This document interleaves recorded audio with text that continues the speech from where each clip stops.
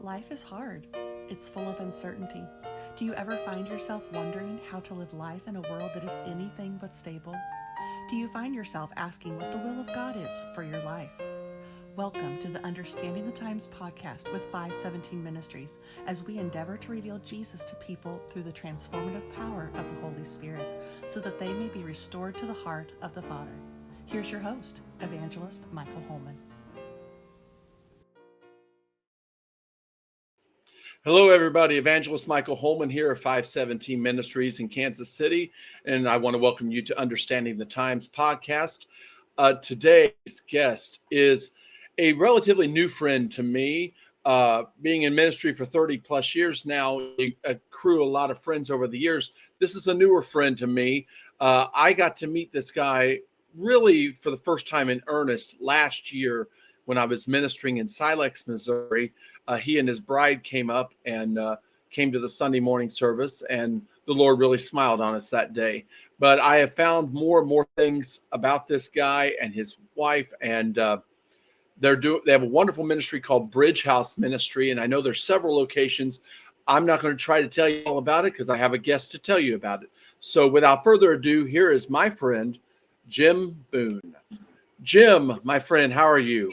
I'm good. How are you? I am blessed, and we all are blessed. If we woke up, we're blessed. That's for sure. Amen. That's so right.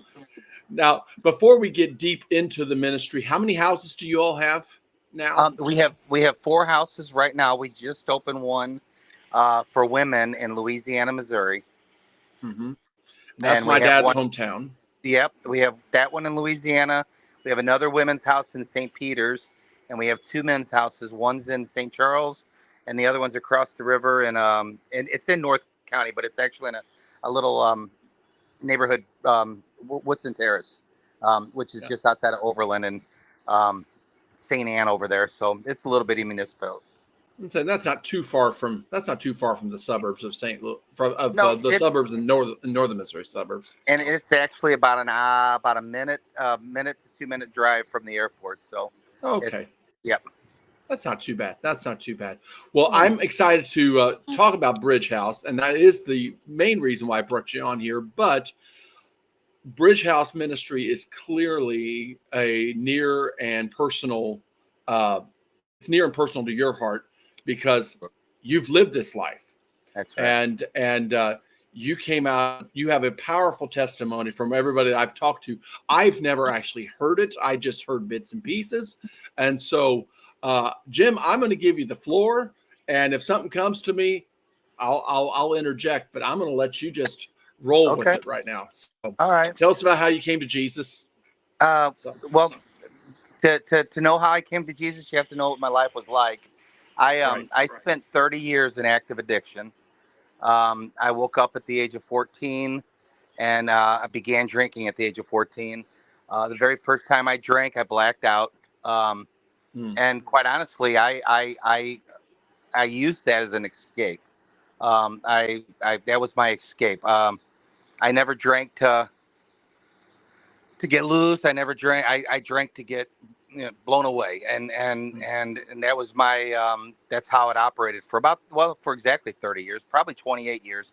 The last couple of years was harder drugs and things, and I'll get to that in a minute. But like I said, I was and I know what it was now. I was involved on the peripheral with the church, and I was involved, and I did devotions, and I did some other things. I never had a personal relationship with Jesus, and I can look back now and know I was trying to, and it's so cliche what I'm about to say, but I was trying to fill a God-sized hole in my heart with any substance I could put in there. I do have an addictive personality, and it doesn't matter whether it had been drugs or alcohol or women or food. Food. It's another one. My daughter just had a baby boy that turned 1 month today, but she had told me that I was addicted to just about anything, and she's right. So and she had mentioned something about my weight fluctuating, and she's right. So even food. there's an adage in recovery or in addiction, depending on which side of the fence you're on, that says one is too many, 1,000's never enough.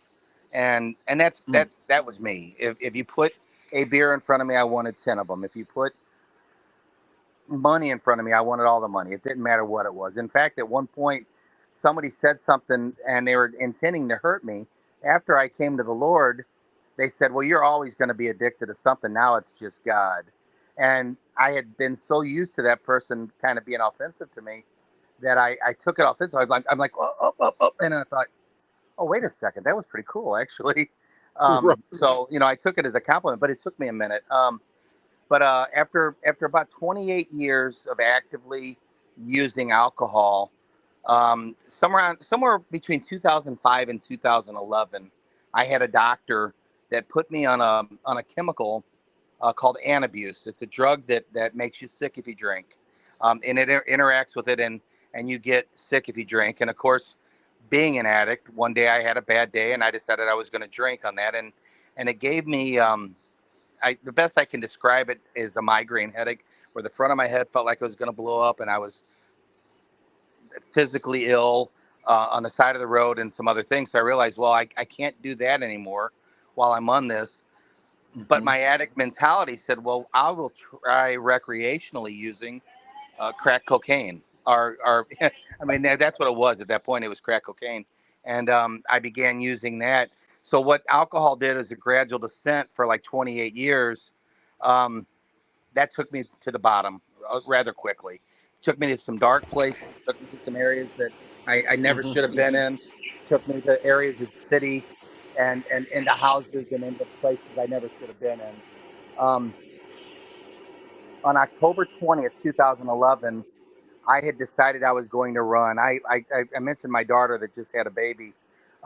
She was 14 at the time, and I was trying to discipline her. A full-blown addict, drugs, alcohol, whatever I could get a hold of. And I was trying to tell her something that she was doing was wrong. And I remember the words to this day. Everybody talks about their rock bottom. A lot of times people's rock bottom is ending up in jail. There's a lot of different things. I had experienced what should have been several rock bottoms. I was a CDL truck driver with 3 DWIs. That math doesn't add up. I had been a television reporter at one point, and I got drunk on the air. That doesn't add up. Just a bunch of different things that had transpired, but none of them were what I would consider my rock bottom. Okay. My rock bottom was when I was trying to tell my daughter something that she was doing was wrong. And she said, Daddy, I have no respect for you at all. And it broke me. It broke me. But being the addict I was, instead of going to get help, I loaded up my car and I decided I was going to run. And my brilliant idea was I was going to leave St. Louis and head to Mexico. I was going to go into Mexico and I was going to find a beach and I was going to drink myself to death. So I left St. Louis, headed to Mexico, and I woke up in Kansas 3 days later. I'm pretty good at maps, but that wasn't one of my best things. And I don't know how I got there, but I do know I woke up and in a hotel room. I have no memory for 3 days. I can look around the hotel and kind of figure out what had happened. And I can place a lot of it together, but I don't have any direct memory for those 3 days. And I woke up and I got on my knees in the middle of that hotel room by myself. And for the first time in my life, I felt the overwhelming presence of God. Wow. I felt him there. I knew he was there. Now, people have told me, well, there was a lot of drugs and a lot of alcohol. I was clean and sober when I woke up that morning, and I've been clean and sober ever since. There's no denying what I experienced that morning. There is no, in my mind, there is nothing that and like I said, I think I told you this when we were talking before.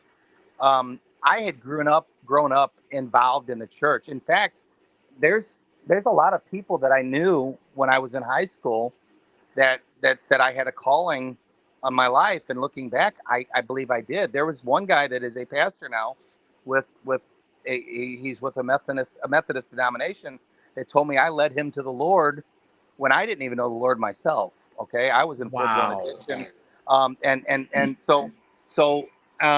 I had a calling, but I was running from it, or trying to find an easier, softer way or whatever. So that morning in that hotel room, I finally got on my knees and I said, I can remember the prayer. I can remember the prayer. Lord, I'm going to kill myself if I keep going. I need you to rescue me from this. I know life's going to be terrible. Pardon my French. I didn't say it like that. I said, I know life's going to suck. Um, it's going to be terrible. I'm not going to have any fun. It's never going to be enjoyable. But if I don't, I'm never going to see my daughter graduate high school. I'm never going to. So, I like I said, I know I'm never going to have fun again, but you need to take this alcohol and drugs from me. Um, Nothing could be further from the truth. We are having a blast. Last Saturday, my wife and I were at the Grand Canyon because we got to go out and visit my daughter who just had a baby that turned a month old, and she lives in Arizona. On the way back, we're like, hey, let's take a four-hour detour and go through the. We had a blast. We were up there. We don't have a lot of money, so we didn't stay in a hotel. We stayed in we what they call SUV camping. We camped in our SUV with an air mattress in the back. We slept at the Grand Canyon. We watched the sunset, drove about a half mile away, parked the car, got in the back. We slept. We got up the next morning at 4 o'clock and was there for the sunrise. And so, Wow. what I thought was going to be, like I said, I thought it was going to be terrible. I know my life's not going to be any fun, but I'm going to die if I don't. Please, take the chemicals. He's kind of shown off a little bit because we're having a blast. Now, our ministry, it's not always fun. It's not. No, You're in ministry. You know what I'm talking about. absolutely. And there's times where, the attacks in the ministry don't seem to come from the people that we're ministering to. I can accept somebody relapsing, and I can help them through that, and I can help them get help. It's when it's from inside or from people that you don't expect it to come from. Those are the ones that are hard for me. But nonetheless, we're having a blast in ministry. We're having a blast in our marriage. Um, 2018, I spent 6 months on a bicycle ride across America. We rode across twice. That was when our ministry started. And it was called Elpis, Elpis, which is the Greek word for hope.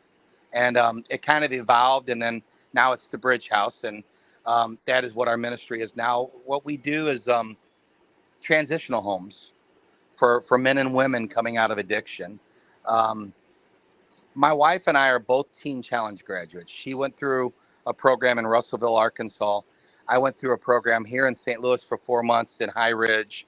Then at that point, they did an induction center in High Ridge. Then I spent a year down in Cape Girardeau. I'm sorry, 10 months. 10 months in Cape Girardeau, 4 months in High Ridge, 10 in Cape Girardeau. And then I came back and actually worked at High Ridge for a year as what they call reentry. Um, it was funny because I went back to St. Charles. I'm born and raised in St. Charles. I'd been in, like I said before, I'd been a television reporter. So I'd worked in Fort Myers, Florida at a TV station there. I worked at KMIZ in Columbia, Missouri. But for the most part, I had always been in St. Charles. I had a 10-day pass. So when you're at Teen Challenge, um, you're allowed to go on a pass. And I came home on a 10-day pass. And as it turned out, my 1 year anniversary for sobriety was during that pass. And um, I got invited to speak, give my testimony at the Celebrate Recovery at our church, First Assembly Church. And it was in St. Charles then, now it's St. Peter's, but First Assembly Church in St. Peter's. And I remember how excited I was to do all those things. But I had a mentor at Teen Challenge that said, you can do pretty much anything you want while you're on this pass. I'm not concerned. We didn't listen to secular music while we were at Teen Challenge. He says, I don't care if you want to go listen to some Journey or some Rush or whatever. I'm not. Right. He said, I want to give you 4 things that you need to stay away from. And those 4 things were sex, drugs, cigarettes, and women. And at that point, I had gone through a divorce and pre-conversion. So there's whatever. Right. But I had gone through a divorce. But you have a daughter out of it. I have 2 daughters out of it. I have another younger daughter that is a lot like her mommy, and she is she doesn't get into trouble, and she's there's a lot of things. The other daughter's just like me, so we're cut with the same mom, same dad, and I don't understand it. But they're totally different. Love them both. One's in school down at Southwest Missouri State, in Springfield. So the younger one, the other one's out in Arizona. But you were I went stay away back. from the four things. Yeah, you're Yep, supposed to I stay away went from back, the four things. and he said those four things that I want you to stay away from. It was sex, drugs, alcohol. No, sex, drugs, alcohol, and cigarettes. No, women. Yep, same thing. Anyway, Yeah. there's four things, and I thought, oh, that'll be easy. That'll be easy. Yeah, but you know what? Going back to St. Charles, going back to the people that I hung around with, being in that environment, every one of those things presented itself to me in a negative way. And I remember going back to that same mentor. I said, I stayed away from those things, and I didn't get myself into trouble. But if I was to live in that environment, eventually it would catch up with me. So I ended up doing reentry and going back to Teen Challenge and working there for a year in High Ridge. I say that because that kind of grew into our ministry. Rochelle and I both, and like I said, she's a Teen Challenge graduate as well. They used to have a Teen Challenge program. It's called something different now, but it's in Russellville, Arkansas, and and we both had really good friends of ours, really good friends that were God fearing, walking the right way, walked out a Teen Challenge, and both of them, mine was a male, hers was a female, both of them fell. Both of them fell and fell hard. And I mean, one of them after Teen Challenge, a divorce, and another DWI. And I mean, when I say fell hard, it was hard. And then she had a friend that the same thing happened. So we we began praying, and we started asking people, why? How can you go through Teen Challenge 14 months and it's like Jesus camp. It's like church camp for kids. It's 14 months long. How can you go through a program like that and still fail? And the answer, almost 100% of the time, was that they had to go back to the same house, the same job, the same friends, the same environment. And I remembered what I went through going back just on my 10-day pass. And Right. and people that you won't expect. I never expected to have, I don't know the words I'm supposed to use, offers, we'll just say offers from ladies in my church. Propositions. Yeah, I never, I would expect that from some of the people that I hung out with on the streets, but to have church ladies come up and say, hey, your testimony, man, that's exciting. Can we go talk? And I mean, it's just so. Um, as we get deeper into that, I just realized, okay, well, what can we do to help that? The Bridge House, they are faith-based transitional homes. In society today, they're called sober living houses. There's a lot of secular ones in the St. Louis area. There's a lot of them that are not faith-based. Some have the peripheral of the faith, go to church, and even AA and Narcotics Anonymous and some of these other programs, there is some faith involved there. There the 12 steps that they use in AA, NA, Celebrate, Recover, and all these, they're out of the Bible. They're out of the Beatitudes. So And don't they at least mention a higher power? If they don't mention God, they mention a higher power. Now Celebrate Recovery, and I love Celebrate Recovery. Celebrate Recovery, they've gone back to the old school. They don't say higher power, they say God. They don't say God as we understand him, because I think one of them is higher power. One of them says God as we understood him, and that's fine. But what if I understand God different than you? Isn't it the same God? That's a problem for me. But when Celebrate Recovery says God, and they've put it back on God, and I really believe that. I had tried, and I think I said between 2005 and 2011, I was on this roller coaster, up, down, relapse, repeat. I would get about 30, 60, 90 days. I had started going to First Assembly, but all throughout that time, between 2005, 2011, I was in full-blown addiction. I was going to church. Everybody in my life had given up on me. There was this old timer at that church. I'm not going to say his name. He's passed away now, but there was an old timer at that church that I would come in every Sunday. And I don't know what I was searching for then. I had no idea what I was searching for. I do now. But every Sunday I would come in there, and Saturday night I had tore it up. And I would come in just just tore up from the floor up, and I would be, if I had been drinking, alcohol would be oozing out of me, and everybody knew. And a lot of people would avoid me. They didn't want to talk to me when I was like that. But he'd come up to me and he'd put his arm around me. This is funny. He his name was Brother, and his last name Brother O. Brother O. I'll just say it. It's Brother O. And later on in life, I found out that he was in a nursing home and about to pass, and he had gotten dementia and all these other things. I wanted my wife to meet him because she had never met him, and we went up to see him. And I walked in. I'm like, I'm looking for, and it dawned on me, I didn't even know what his first name was. His first name had always been Brother, you know. So I assumed. I walked in. I'm like, I'm looking for Brother Ole. They said, "What's his first name?" I said, "I don't know, Brother," because that used to be big in the churches. We don't have Absolutely. anybody that's called brother or sister anymore. Now, Teen Challenge and some of the denominations, I think Church of God that we would go to when we were in Teen Challenge, they still call each other brother and sister, but not so much in our church. So, but I had to find out what his first name was, and it was funny because when we went to visit him, he didn't know who he was. He certainly didn't know who I was. Hmm. He had no idea who I was. He had no idea who he was. But I tell you what, he did know. He knew he loved the Lord.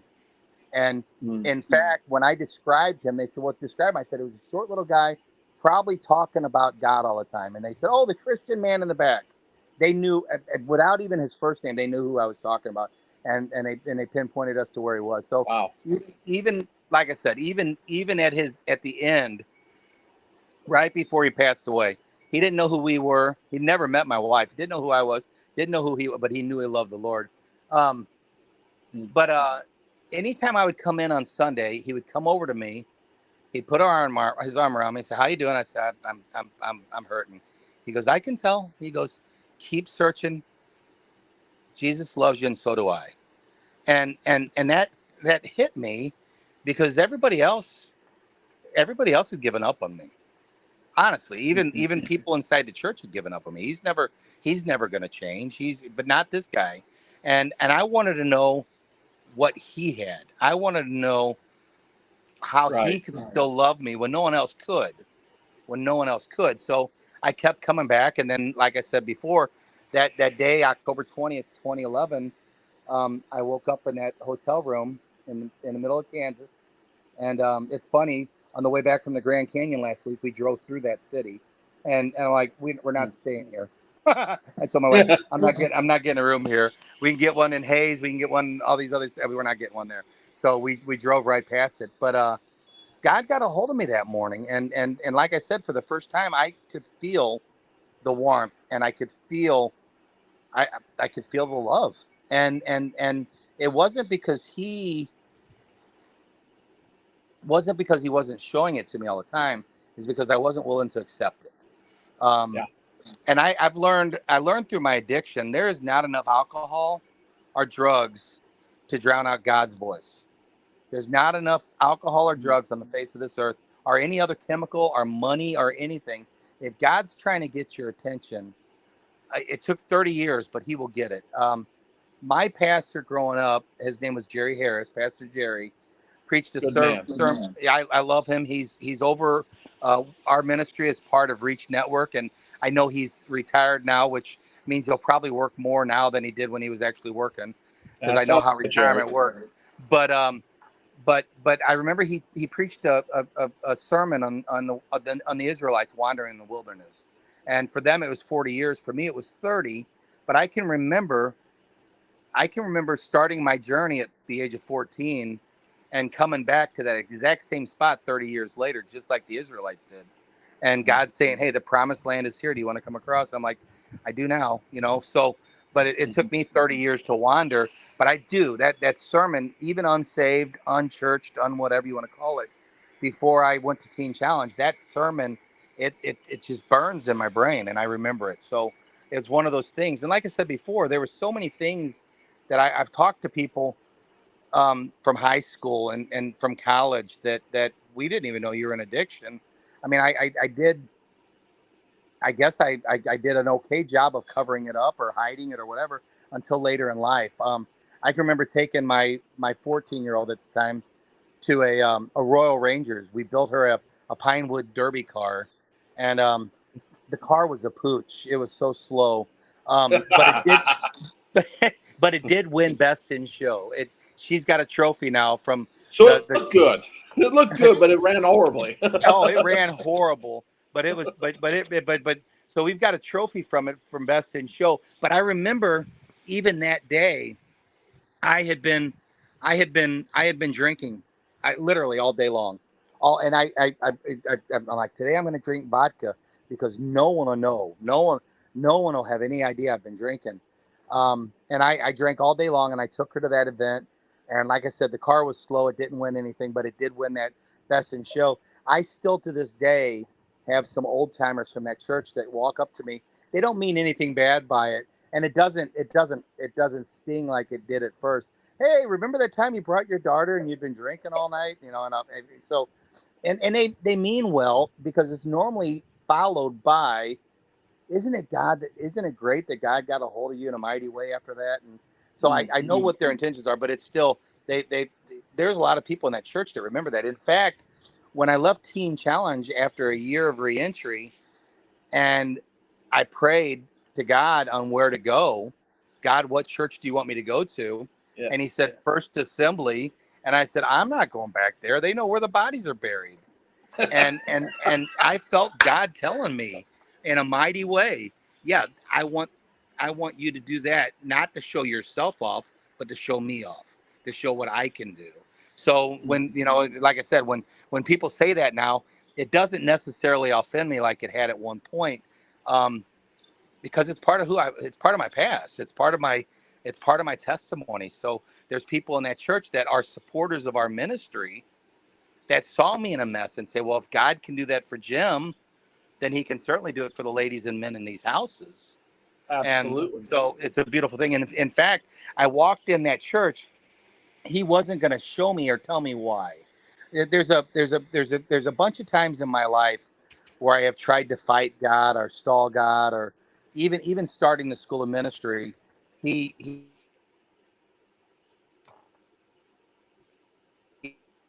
there.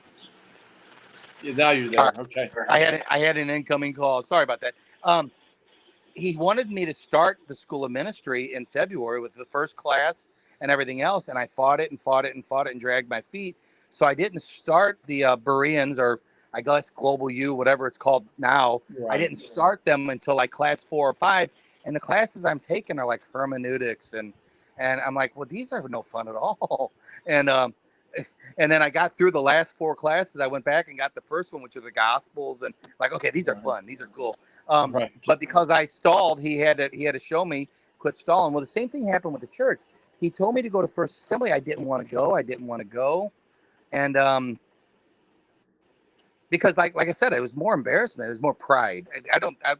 Everything with me always points back to pride. The money, it's pride. The women, it's pride. The alcohol, it's pride. It all goes back to pride. But I fought him, and I didn't go in. And finally, one day I went in, and I'm standing in the lobby. I'm talking to one of the associate pastors, and there used to be this thing that rolls with some pamphlets in it. And I opened a pamphlet on First Assembly. I opened it to the center section, and opened right up to Bereans Global U and the School of Ministry. And that's where God called me. But he wasn't gonna do it in the parking lot. He wasn't going to do it in my car driving back to the church.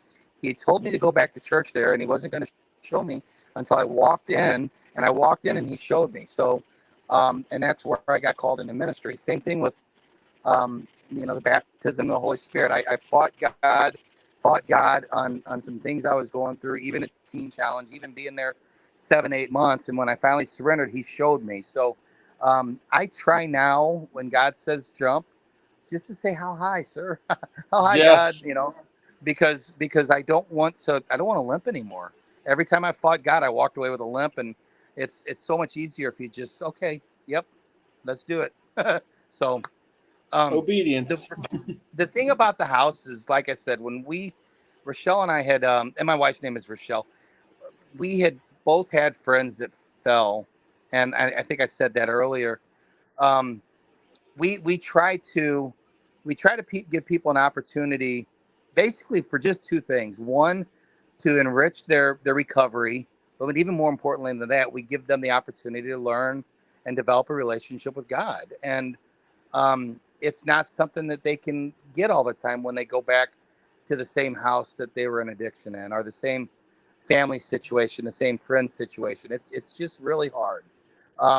So it's one of those things that, the houses aren't perfect. We're still humans, and there's still humans that live in them, but we do our best to offer those opportunities. And if you leave our house, good, bad, indifferent, if you leave after a month, or if you leave after you've been there long enough and we do an exit plan on you, the one thing that you will be able to say is you were given an opportunity to learn about God. You were given an opportunity to learn how to stay sober. We we we try to follow a teen challenge approach, and I don't know if they do this intentionally, but my teen challenge, we didn't talk a lot about addiction, and we didn't talk a lot about recovery. We talked a lot about God. And what I gathered from that is, if you've got a coffee cup and you fill it with enough God, there's not room for addiction. There's not room for this. There's not room for that. It's just God. And that is our approach. And we try to operate the houses in the same way. So this has been fantastic, Jim. So you mentioned earlier you have 4 houses, 2 men's, 2 women's right now. Yep. I know Louisiana's the newest one. It opened Yep. just within the last year, right? We signed the lease in January, and we've had, I think, 5 or 6 women that have come through there for various lengths of time. Okay. So Yeah. my question is, okay, how long do people typically stay? Is there a certain length of time they need to stay, or is it just kind of based on a case by case basis?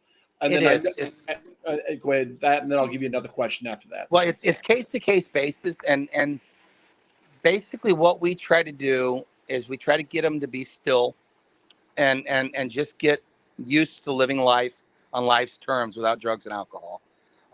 Get them used to going to church on Wednesday. Get them used to going to church on Sunday morning. Get them used to going to celebrate recovery on Friday night. Get them, just get them in a rhythm.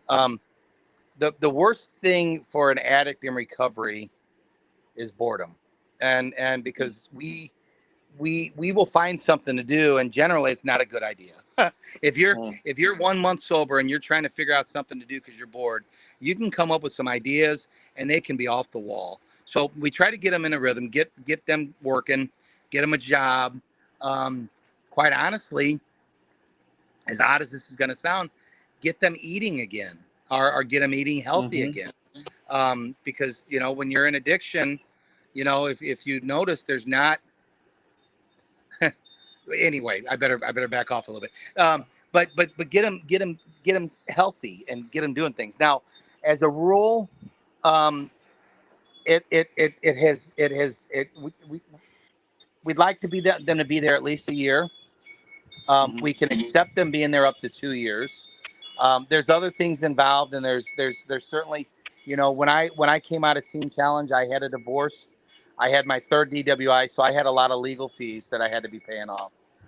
What we find is most people, and I want to say all, but I'm not going to say all, but most of them are delinquent with either electric, or gas, or sewer, or they couldn't get a cable bill. They couldn't get a cable bill to save their lives because they owe cable company $800 or whatever.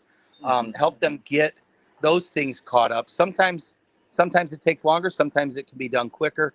I've had guys that have come into my house. There's one that I was a student with the Teen Challenge. He said he needed to be there for about a month and a half just to get his head screwed on straight. He was going to restore his marriage. He was going to move back in. While he was there, he started a company doing decks out in Deloge and out that way, Park Hills. But now he's got his own deck company. Matter of fact, he just posted on Facebook how he's got a truck with his signs on the side and all that other stuff. He was there for about 45 days. He had went through Teen Challenge. Rochelle and I have found, and the difference, and it's not always the case, but the difference between a Teen Challenge graduate that fails or falls, whatever you want to say, and somebody that's gone through a secular rehab that has failed or failed.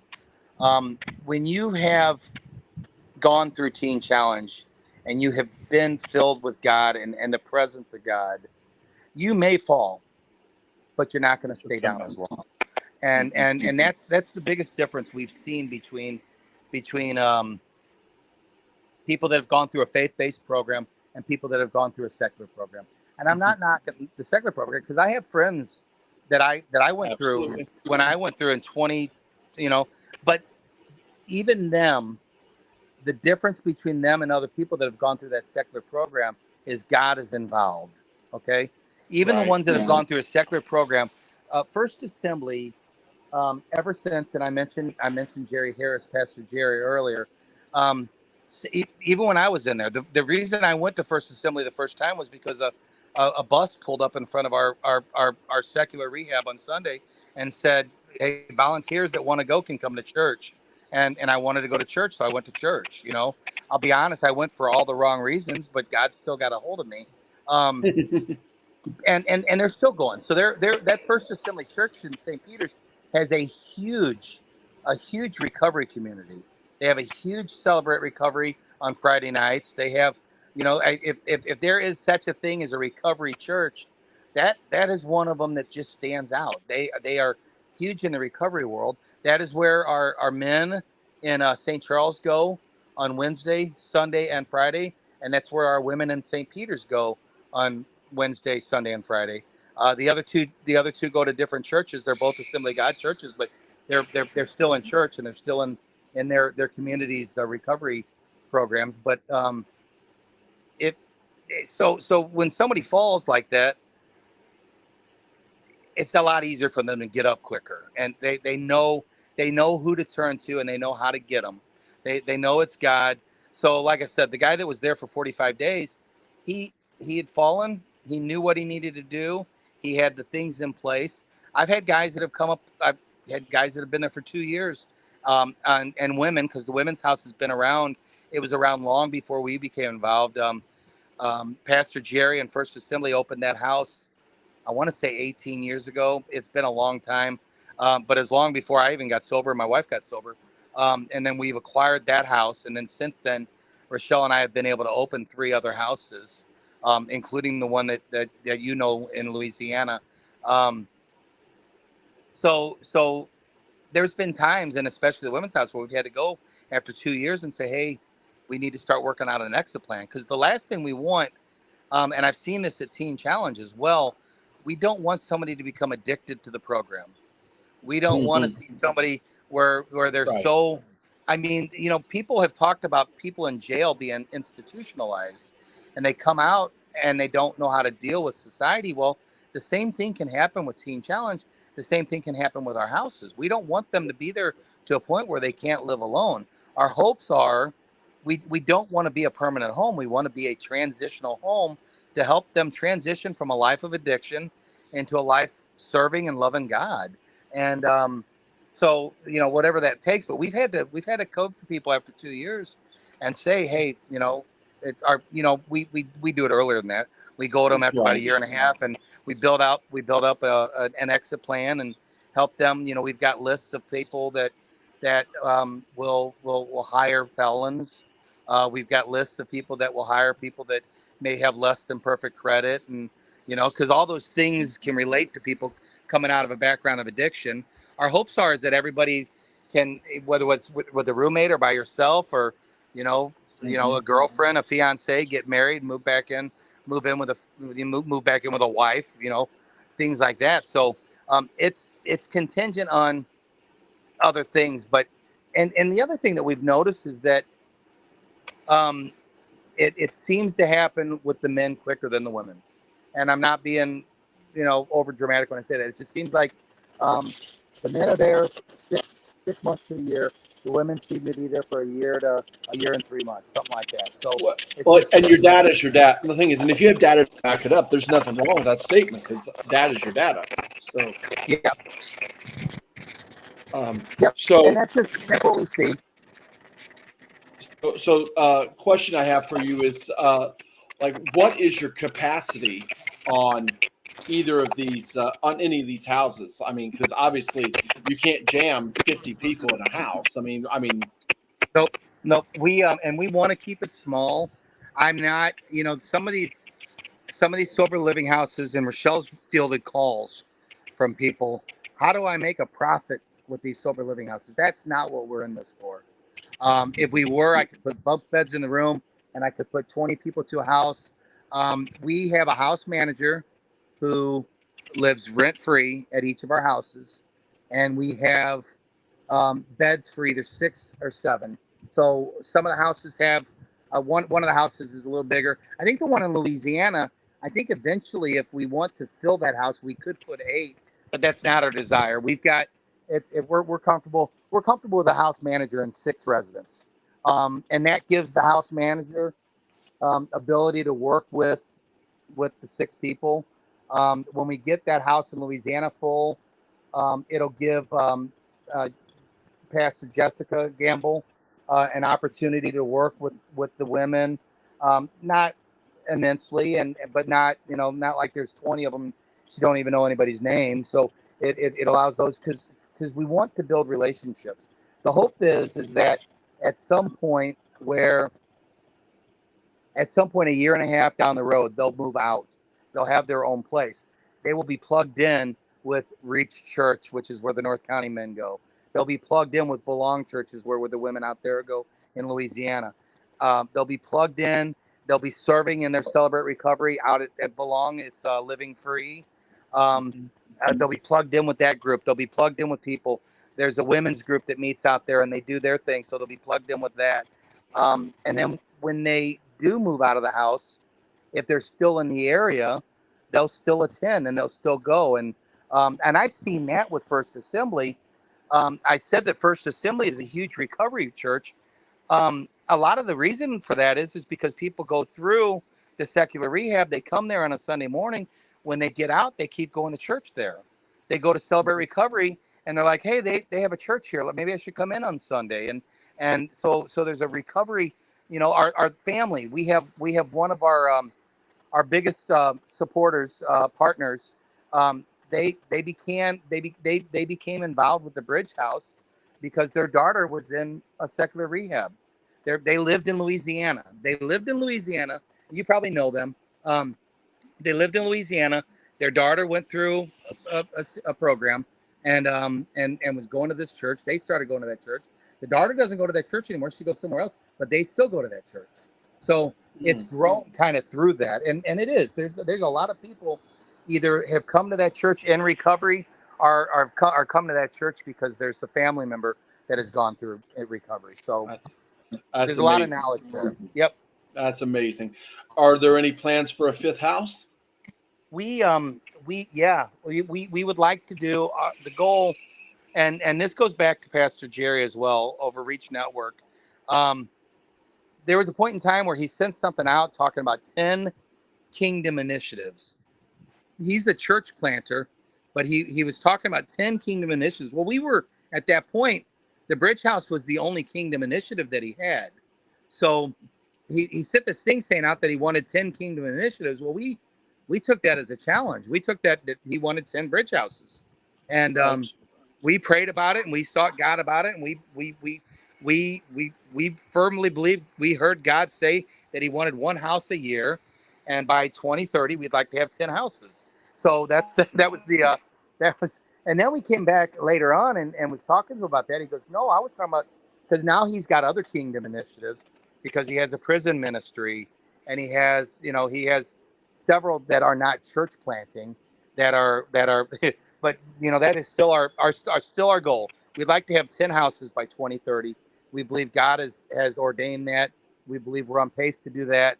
2020, the COVID year, kind of set us back a little bit, but that's not a surprise to God, and it wasn't then. It was a surprise to us.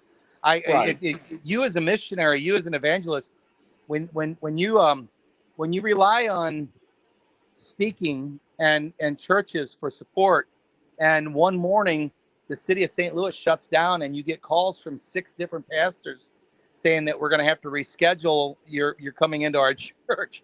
man, I got where I'm like, I told Rochelle, I'm not answering the phone anymore. So, and she said, well, they're just going to leave a message. I'm like, I know. So, Right. and everything that got canceled except for one, everything that we had that was canceled except for one, we were able to reschedule and Yeah. but 2020 set us back, but we still believe in, yes. So to answer your question, yes. The other thing, and whoever may listen to this, we we have been given a vision, and it was actually a vision that was given to some people involved with this ministry long before we came on board. When there was one house, and it is a family house, and it's like, Mm. are you familiar with Primrose Hill? Yes, absolutely. Okay, and we went out to visit, and we were friends with the Sanders from a Yes. church out there, and they do work with Primrose Hill. But we went out to their church, and they said, "Hey, you want to come see Primrose Hill?" And we did. And the first thing we noticed when we walked in the door was the ladies on one side studying the Bible, and we could hear the kids in the nursery downstairs. Right. And it was just a blessing to us. So we we we feel like God has sent us on a direction of opening a family house for men and women coming out of addiction when they get their kids back. We have had so many, especially again the women, because it's been around long. After about a year, the state of Missouri doesn't want your kid. They don't want to be No. parents. They want to do everything they can to get your kid back. The problem is that a mom, especially a single mom with one, two, three kids, paying daycare and all this other stuff, it's almost more cost effective for them not to work and stay home with their kid than it is to work and have to pay daycare and all this other stuff. So it's a little different. It's a little different. I can take six guys and a house manager and say, okay, go live communally and make it work. Go live in a house. I can Right. do the same thing with women. I can do the same thing with men. When there's a mom with her child or a dad with his child, it's different. And not only that, but this mom might raise their kid different than this mom. So there's a different set of dynamics. The cost, I'm not scared of the cost. I'm not concerned about the cost. Quite honestly, God has all the money anyway, so Right. he'll show us how to work it out. But that is on our horizon. At some point, we will have a family house for moms and their kids, our dads and their kids, or even maybe a couple that was strained that got back together and they have their child. So that's something that is on our horizon as well. And are you primarily still going to stay in that basically 90-mile radius, 100-mile radius of St. Louis, or are you looking to Probably come a little west, go a little east into Illinois? my What do you, my my wife has a she has three daughters and six grandkids in Mississippi, just outside of Jackson, Mississippi. We have a lot of time that we spend going up and down 55 between here and that part of Mississippi. We have a relationship that we have with a church in um, West Memphis, Arkansas. She has gone through Teen Challenge in Russellville. We have a relationship with a pastor there in Russellville, Arkansas. Our hopes are at some point that we can branch this out. Um, awesome. and no, it's yeah, we could, you know what, we could open 100 houses in St. Louis, and they'll need 100 more. The one thing I learned, I mentioned earlier that we rode a bicycle across America. She chased me in an RV, and we preached in about 15 different churches. And the one thing we learned while we were on that trip, that every city in America could use a bridge house. I Every believe you. every church that we went to. And it's funny because we were in a small, very poor area in Pennsylvania, Frackville, and no one's ever heard of Frackville, Pennsylvania. But we preached at I think it was a Church of God. I know it was a Church of God, and the city, their biggest anti-boast. I don't even want to call it a boast, but their biggest thing was that the suicide rate was higher than any other percentage of any other city in the area, and it blew us away.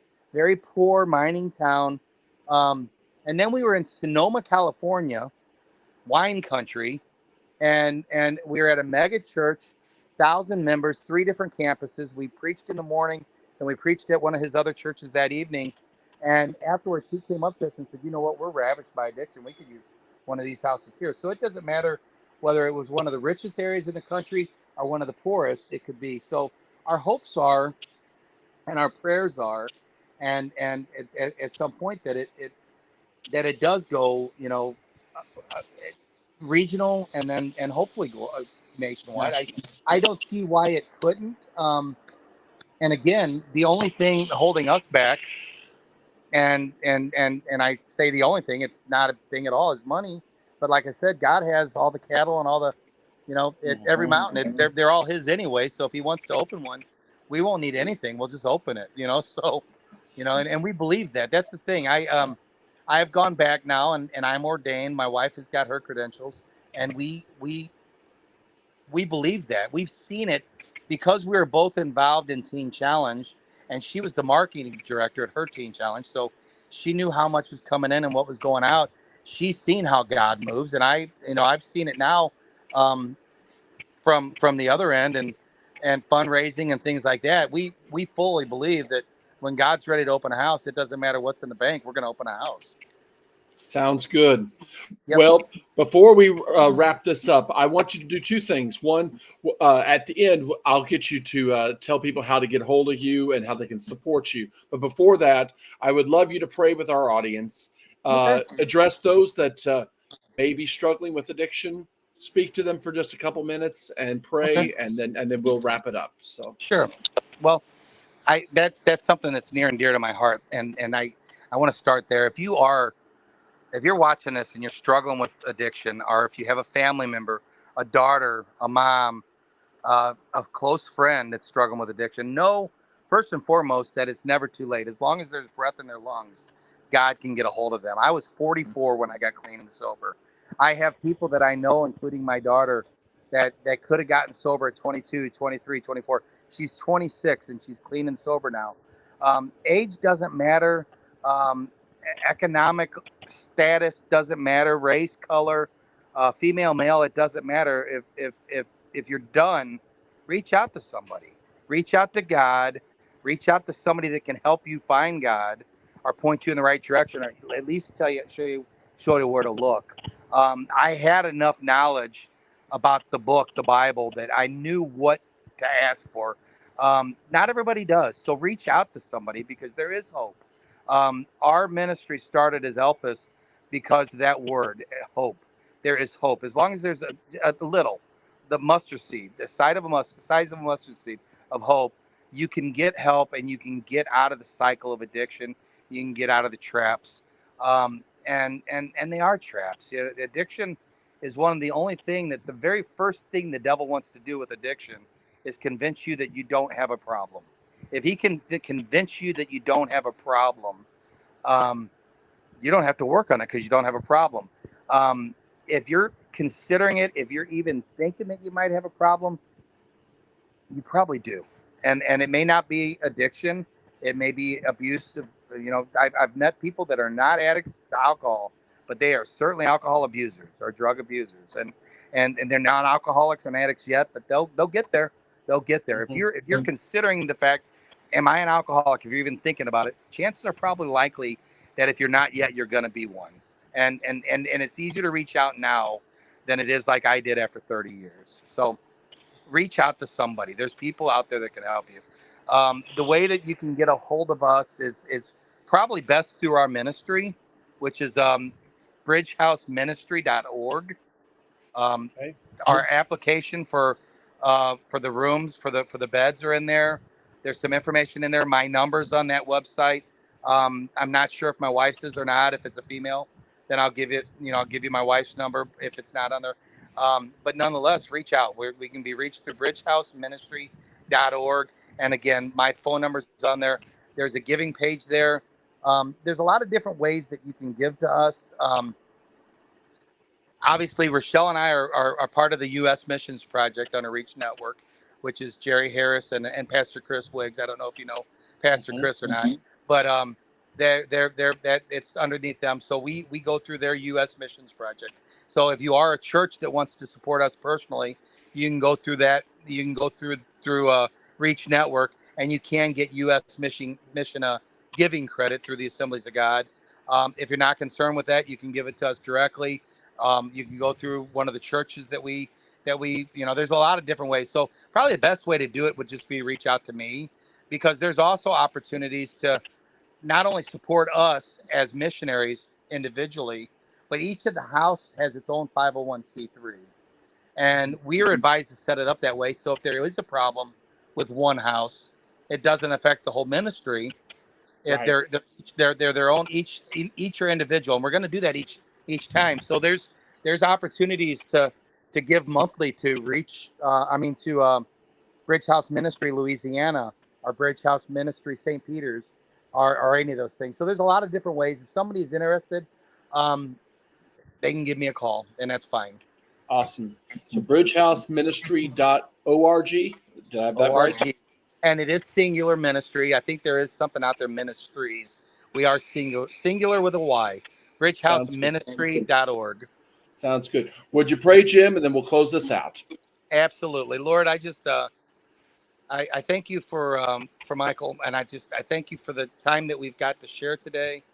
I just pray that you continue to bless his ministry, continue to bless what he's doing. We did hear him preach that morning, and there's some exciting things going on in that room, and I thank you for that as well, Lord. I just thank you for the things you're doing through his ministry. I continue to lift up the Bridge House and Bridge House Ministry, the 4 houses, the men and women in those houses, the house managers in each of those houses, the pastors of the churches that they represent, and just on and on and on. We are on the front lines of addiction. I know the enemy's not happy. I know he's not happy. And I've seen the results of what he tries to do when he's trying to sabotage something, Lord. So I just continue to lift up these houses and continue to lift up the people that live there and support them and work for them and do things for them. Finally, I just want to pray for the audience that listen to this. Again, if there's somebody out there that's struggling, with addictions, or knows somebody close to them that is, just touch them in a mighty way, and give them the knowledge, and give them the desire for sobriety, or the desire to help somebody reach sobriety. Give them wisdom, give them knowledge, just give them information, and more importantly than anything else, give them peace, and give them hope, and let them know that there is hope. There is life after addiction, and it's so much more beautiful than the 30 years I spent in addiction, Lord. There is life after addiction. I'm so thankful for that, and I'm thankful that you're going to show somebody here listening today how to find that hope, and how to find that sobriety, but more importantly, how to find you, Lord.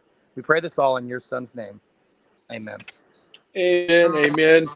Oh, Jim, you have been a fantastic guest, and I've appreciated your time. Hang on the line, and I'll give you a proper goodbye as soon as I close the show out. So thank you for your time today and being on Thank today. you so much. Thank you. You're welcome. Well, folks, not much needs to be added to that. That was a powerful testimony, and it's a powerful ministry. All the information about Bridge House will be down here below in the description. Please like, subscribe, share, and all those other things they tell you to do with podcasts and YouTube and so on and so forth. So may the Lord bless you, keep you, make his face shine upon you, and give you his peace. Until next time, this is Evangelist Michael Holman, and this has been Understanding the Times. God bless you. Thank you so much for joining us today on the Understanding the Times podcast with 517 Ministries. We pray that you have been blessed, inspired, and encouraged by today's episode. We ask that you please like, comment, share, and subscribe. Your feedback is greatly welcomed and appreciated. Please check out our website, www.517ministrieskc.com, to either find out when we will be ministering in your area or to schedule us to come for a service or a series of services. If you would like to become a monthly partner with us, click on the Give tab of the website, as that helps us to take the gospel wherever the Lord opens the door. So until next time, on behalf of Evangelist Michael Holman of 517 Ministries, we are praying God's richest blessings upon you and look forward to next time as we continue our journey together of understanding the times.